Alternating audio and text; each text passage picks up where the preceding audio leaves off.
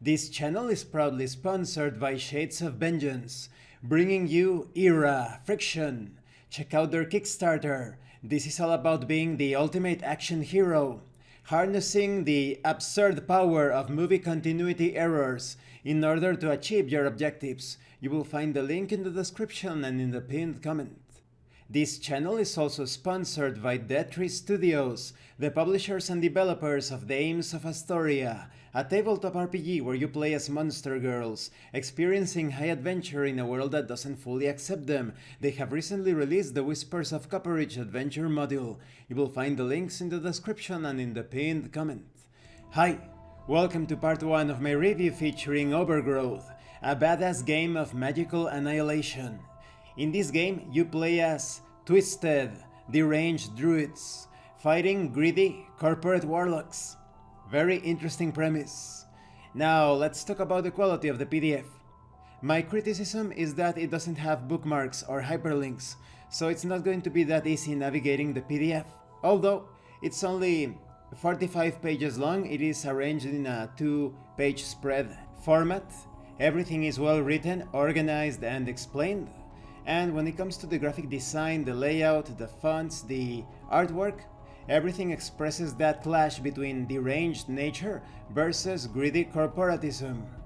The art is certainly on the darker body horror, gory side of things. So overall the quality is good, but bookmarks and hyperlinks would definitely improve things. Now let's talk about the contents. In Overgrowth, you play as deranged nature wizards, druids, witches, and sorcerers who have dedicated themselves to the acquisition of power through the natural world. These mystics and occultists have traded their humanity to twist the organic world to their whims. In kind, the world has twisted them in return. But the natural world flounders and chokes on the toxic sludge of corporate industrialists. Every day, deforestation, illegal dumping, strip mining, and industrial accidents chip away at the world. The corporations are run by mad scientists and CEOs, chief executive occultists, who have a terrible lust for power and money through the use of poisonous rituals. The earth is sacrificed upon the altar of greed. The players in the role of druids within their coven are the only thing that stands in the way of the earth being completely destroyed.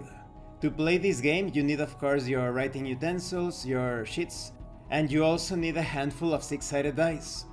You also have a definition on what a tabletop RPG is, however it is not accurate, because it says here that a tabletop RPG is an interactive storytelling game, but that's a storytelling game. A tabletop RPG is a game where you play a role-playing game. A storytelling game is a game where you tell a story. The moment you are telling a story, you are no longer playing a role. You can tell a story without playing a role. This is not like Raven, Children of the Fall, or the Hardy Boys, where you switch back and forth between telling a story and playing a role. But the moment you tell a story such as Joe the Druid ran across the swamp, pulled out his knife and stabbed the corpo, and then he moved to the right, he dodged the attack, that's telling a story.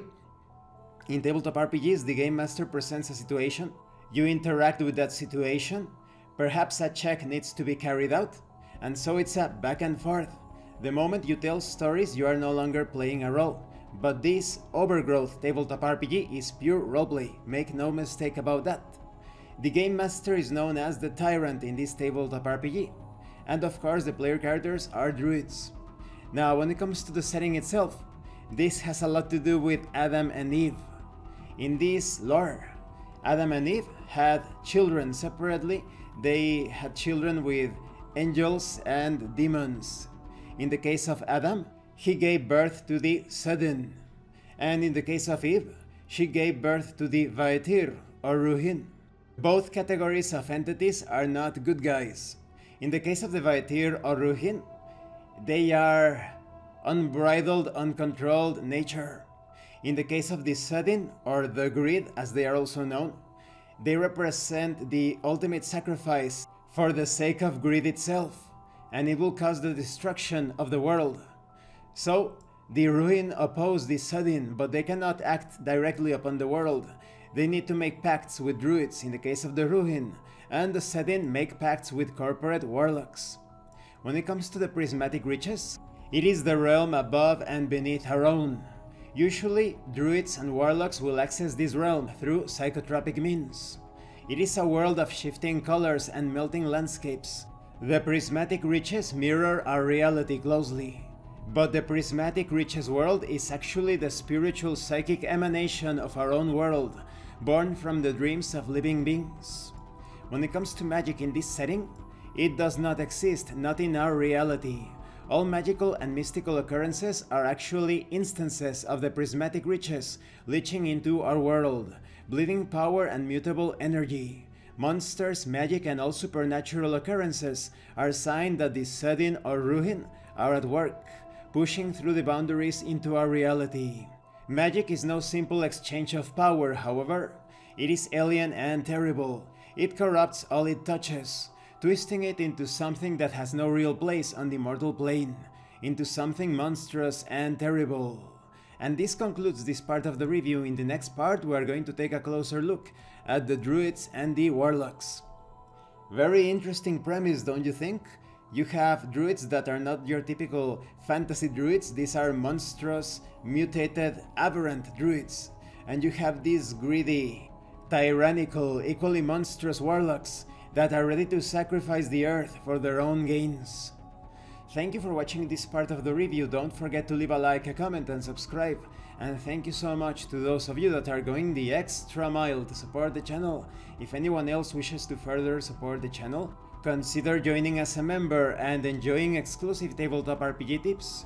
You can also use the super thanks button and you can check out the pinned comment below. This has been Abraham L. Jaguar, a professional game master. I am currently unavailable for professional sessions, but I will put my contact information in the description and in the pinned comment for when I am available again. And remember, roleplay solves everything. Once again, thank you and see you later.